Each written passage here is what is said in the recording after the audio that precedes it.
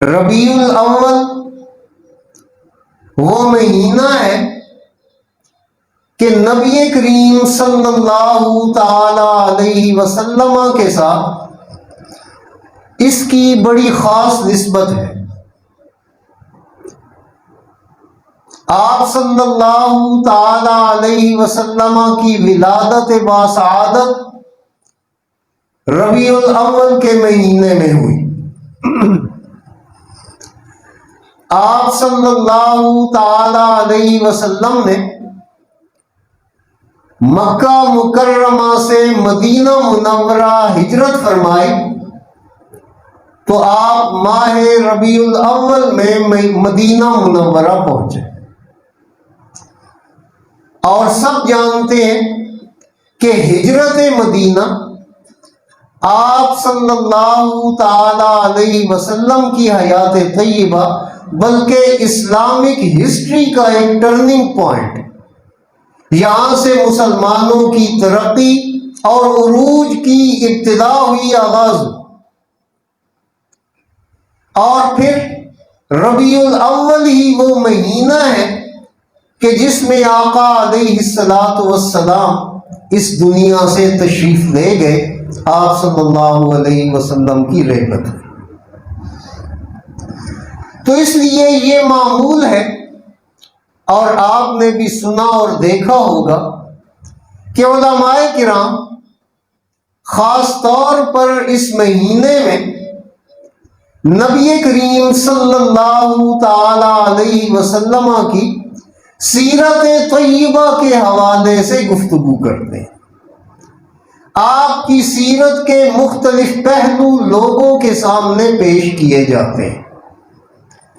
حالانکہ آپ صلی اللہ تعالی علیہ وسلم، آپ کی ذات گرامی اس بات کی محتاج نہیں ہے کہ صرف اسی مہینے میں ہی آپ کا تذکرہ ہو، جس طرح کہ بدقسمتی سے ہمارا یہ معمول بن گیا ہے کہ ہم ربیع الاول کے مہینے میں اور اس کے چند ایام میں تو آپ کا بڑا تذکرہ کرتے ہیں، باقی ایام میں ہم آپ صلی اللہ تعالی علیہ وسلم کے ذکر خیر کو جو ہے وہ بھول جایا کرتے ہیں۔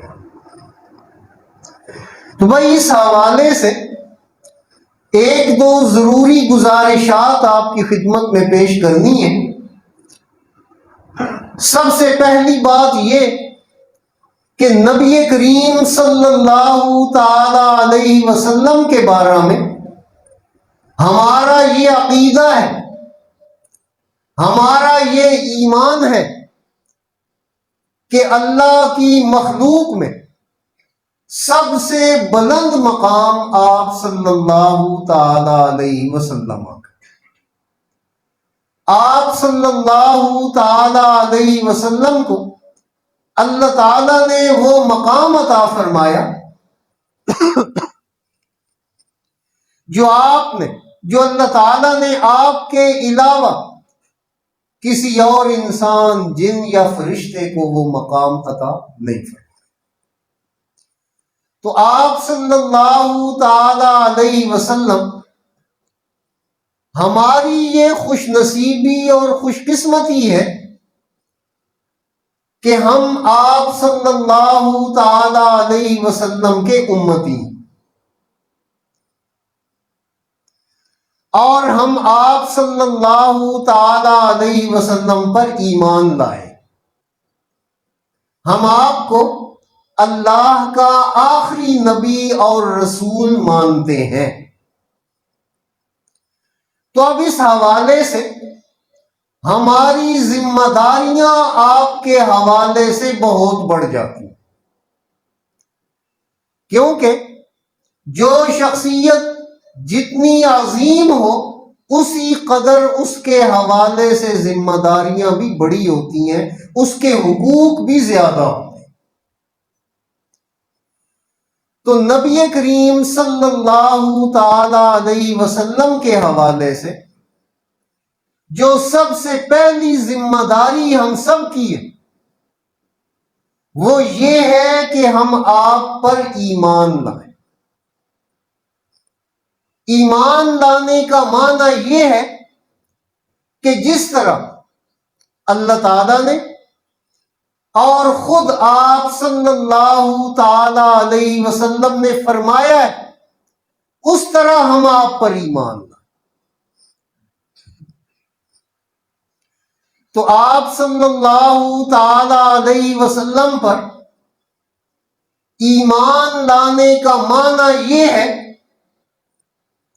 کہ ہم آپ صلی اللہ تعالی علیہ وسلم کو دل سے اللہ کا رسول مانے۔ اللہ کا بھیجا ہوا رسول کا معنی ہوتا ہے بھیجا ہوا، اللہ کا رسول مانے۔ تو جب ہم نے آپ کو اللہ کا رسول مان لیا، اس کا لازمی نتیجہ یہ ہے، اس کا تقاضا یہ ہے کہ آپ صلی اللہ تعالی علیہ وسلم نے جو کچھ بھی فرمایا، دین کے بارے میں جو کچھ بھی کیا، اللہ کے حکم اور اللہ کی مرضی سے۔ آپ صلی اللہ تعالی علیہ وسلم نے دین کے بارے میں کچھ بھی اپنی ذاتی خواہش اور مرضی سے نہیں فرمایا۔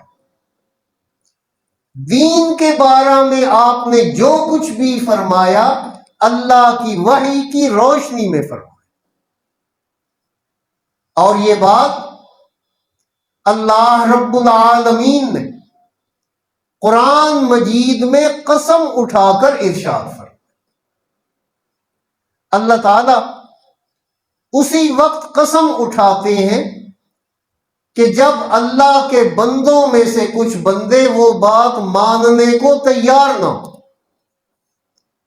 اور ہمارے یہاں بھی اصول یہی ہے کہ قسم تبھی اٹھائی جاتی ہے کہ جب ہمارا مخاطب ہماری بات کا منکر ہو، ہماری بات کو نہ مان رہا، تو ہم اپنی صداقت اور سچائی کا یقین دلانے کے لیے قسم اٹھاتے ہیں۔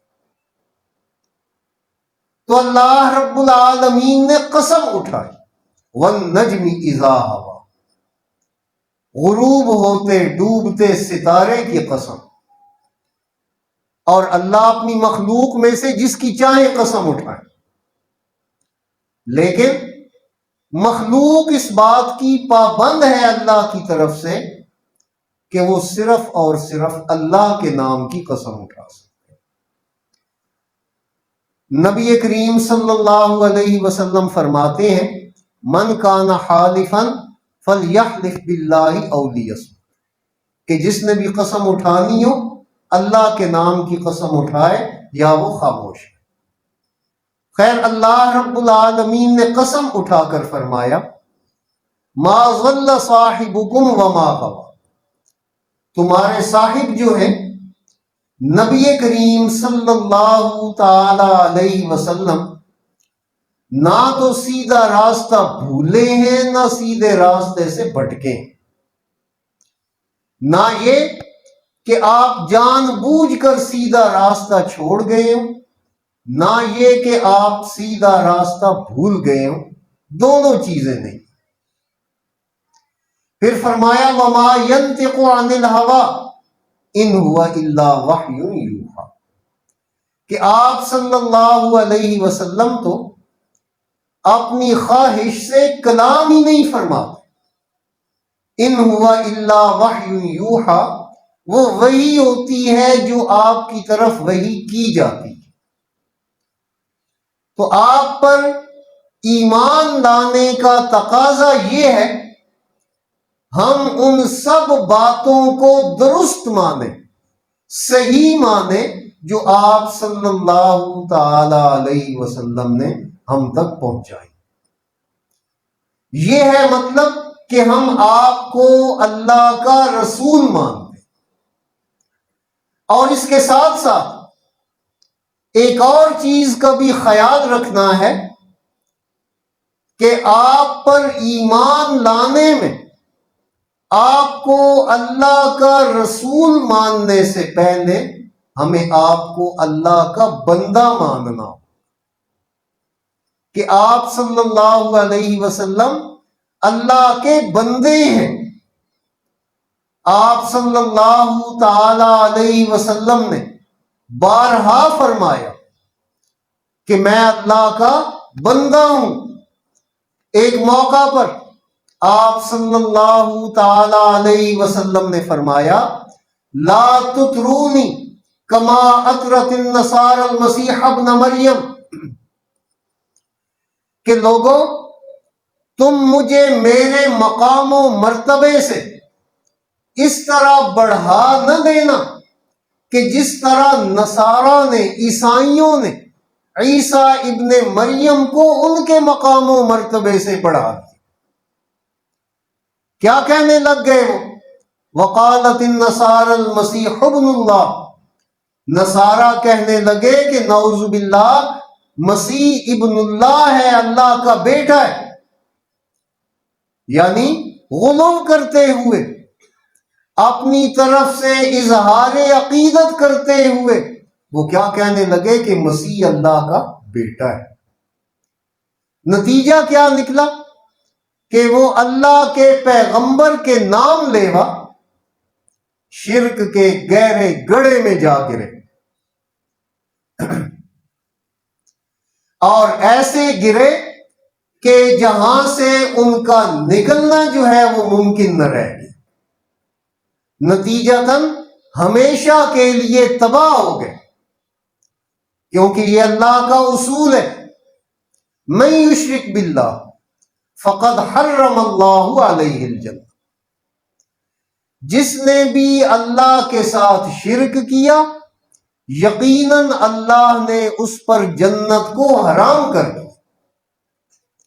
ومأواہ النار، اور اس کا ٹھکانہ آگ ہے۔ تو آپ نے فرمایا تھا کہ مجھے میرے مقام و مرتبے سے اس طرح نہ بڑھانا کہ جس طرح نصارہ نے مسیح ابن مریم کو ان کے مقام و مرتبے سے بڑھا دیا۔ انما انا عبدہ، بے شک میں اللہ کا بندہ ہوں، لہذا میرے بارے میں کہنا عبد اللہ و رسول، اللہ کا بندہ اور اس کا رسول۔ اور آپ صلی اللہ تعالی علیہ وسلم کی دعاؤں میں سے ایک دعا ہے، آپ فرمایا کرتے تھے اللہم انی عبدک، اے اللہ بے شک میں تیرا بندہ ہوں، ابن عبدک تیرے بندے کا بیٹا، ابن امتک تیری بندی کا بیٹا، ناصیتی بیدک میری پیشانی کے بال تیرے ہاتھ میں، ماضٍ فی حکمک اللہ مجھ میں تیرا حکم نافذ اور جاری ہے، عدل فی قضاک اللہ میرے بارے میں جو بھی تو نے فیصلہ کیا، عدل کیا، اللہ تو نے مجھ پر کبھی بھی کوئی زیادتی نہیں۔ تو بھائی اگر یہ بات کہی جائے تو بعض لوگوں کے ذہنوں میں یہ وسوسہ پیدا ہوتا ہے کہ آپ کو اللہ کا بندہ کہنے سے کہیں آپ کی گستاخی تو نہیں ہو جاتی؟ تو بھائی ایسا ہرگز نہیں۔ اللہ کا بندہ ہونا یا کسی کو اللہ کا بندہ کہنا یہ اس کی گستاخی نہیں ہے، بلکہ یہ حقیقت ہے۔ اور اسی لیے ہر مومن کو جو کہ نماز ادا کرتا ہے اسے تعلیم دی گئی ہے کہ تم نے ہر نماز میں آپ صلی اللہ تعالی علیہ وسلم کی عبدیت اور رسالت کی شہادت دینی، گواہی دینی ہے، اور گواہی جو ہوتی ہے آپ جانتے ہیں اسی بات کی دی جاتی ہے کہ جس کا ہمارے دل کو یقین ہوتا ہے۔ شہادت کا معنی یہ ہوتا ہے۔ تو ہر نمازی اپنی ہر نماز میں یہ اقرار کرتا ہے، شہادت دیتا ہے، اشہد ان لا الہ الا اللہ واشہد ان محمدا عبدہ ورسولہ، میں اس بات کی شہادت دیتا ہوں کہ اللہ کے سوا کوئی الہ نہیں، کوئی معبود نہیں، کوئی عبادت کے لائق نہیں، اور میں اس بات کی بھی شہادت دیتا ہوں کہ جناب محمد الرسول اللہ صلی اللہ علیہ وسلم عبدہ ورسول، اس کے بندے ہیں اور اس کے رسول۔ تو آپ پر ایمان جو ہم نے لانا ہے، سب سے پہلے ہم نے آپ کی عبدیت پر ایمان لانا ہے، پھر آپ کی رسالت پر ایمان لانا ہے، کیونکہ یہاں پر پہلے آپ کا بندہ ہونے کی ہم شہادت دیتے ہیں، پھر آپ کے رسول ہونے کی ہم شہادت دیتے ہیں۔ اس کی وجہ یہ ہے کہ کفار انبیاء کو انسان ماننے کو تیار نہیں تھے۔ وہ کہتے تھے کہ بھئی ایک بندہ جو ہے وہ کیسے رسول ہو سکتا ہے؟ وہ بندہ جو ہمارے اندر پیدا ہوا، پلا بڑا، ہمارے ساتھ کھیلتا رہا، کام کرتا رہا، وہ اللہ کا رسول کیسے ہو سکتا ہے؟ تو اللہ رب العالمین نے فرمایا وَمَا مَنَعَ النَّاسَ أَن يُؤْمِنُوا إِذْ جَاءَهُمُ الْهُدَىٰ، لوگوں کے پاس جب ہدایت آ گئی ہمارے انبیاء کے ذریعے، تو ایمان لانے سے ان کو اس بات نے روک دیا ان قالوا ابعث اللہ بشرا رسولا، وہ کہنے لگے کیا اللہ نے ایک بندے کو رسول بنا کر بھیج دیا؟ نتیجہ یہ ہوا کہ وہ لوگ گمراہ ہو گئے اور وہ لوگ سیدھے راستے سے بھٹک گئے۔ اللہ تعالیٰ نے فرمایا جب ان کے پاس رسول واضح دلائل لائے فقالوا ابشر یہدوننا فکفروا وتولوا واستغنى اللہ، کیا یہ ایک بندہ، یہ ایک بشر، یہ ایک انسان، یہ ہمیں ہدایت دے گا؟ تو اللہ تعالیٰ فرماتے ہیں اسی وجہ سے وہ لوگ کفر کے گڑھے میں جا گرے اور ہلاک ہو گئے۔ اس لیے اس بات پر اتنا زور دیا گیا، اور آپ کو بندہ مانے رسول نہ مانے تب بھی لوگ جو ہے وہ گمراہ ہوں گے، کافر ہوں گے، مومن نہیں ہوں گے، اور اگر آپ کو رسول تو مانے بندہ نہ مانے تو اللہ فرماتے ہیں تب بھی ان کا اسلام سے کوئی تعلق نہیں ہے، کیونکہ انہوں نے جو بنیادی چیز ہے اسی کو نظر انداز کر دیا اور رد کر دیا۔ تو اس لیے بھائی آپ صلی اللہ تعالی علیہ وسلم پر ہم نے جو ایمان لانا ہے، آپ کی عبدیت اور آپ کی رسالت پر ہم نے ایمان لانا ہے کہ آپ نے جو کچھ بھی فرمایا وہ حق ہے، اور اس پر عمل کریں گے تو کامیاب ہوں گے، اور اگر اس سے منہ موڑیں گے تو ناکام ہوں گے۔ اس بات پر ہمارا ایمان ہونا چاہیے۔ باقی اس کے علاوہ مزید حقوق بھی ہیں آپ صلی اللہ علیہ وسلم کے، اور ہماری ذمہ داری ہے کہ ہم آپ پر ایمان لائیں، آپ سے سچی محبت کریں، آپ کی اطاعت و فرما برداری کریں، آپ کی اتباع کریں، آپ صلی اللہ تعالی علیہ وسلم سے بڑھ کر کسی سے محبت نہ کریں، آپ صلی اللہ تعالی علیہ وسلم پر درود و سلام بھیجیں۔